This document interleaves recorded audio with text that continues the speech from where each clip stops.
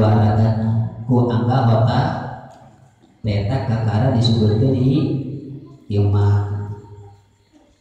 Jadi lamun urang hayang disebut iman di alam dunia, iman di langit kade urang teh kudu naon? Hiji kudu nyaana ulah sarasihan deuleuhan. Nah, ari nabi pan nyaah jeung ulah asih. Itu nabi.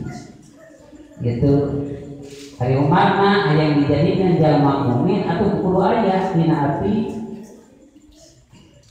sifat ulas jeung asih. Tah kira-kira we ari urang sadayana anu ayeuna dina saat anu ayeuna urang teh aya sifat ulas jeung asih.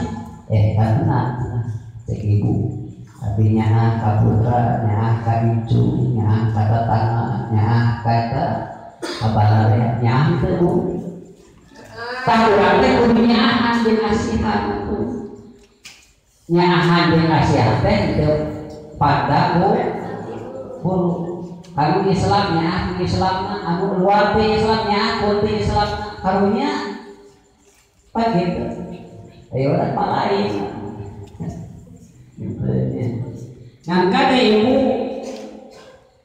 orang sifat ulas jeung asih kumaha cenah wala takunu mal bukti wasulan welas asih hatta sehingga musliman kudu pasrah ka Gusti Allah. Berarti kudu muslim artina Islam. Nyaahan teh hanjakal eta luar ti Islam jadi dandana. Da geuning aya cenah jalma anu luar ti Islam nyaah ka urang. Punya namanya bageur kuberehanana. Tara naon? Tara pedit, tara koret. Gitu. Ngan hanjakal eta lain Islam. Jadi dandana kitu.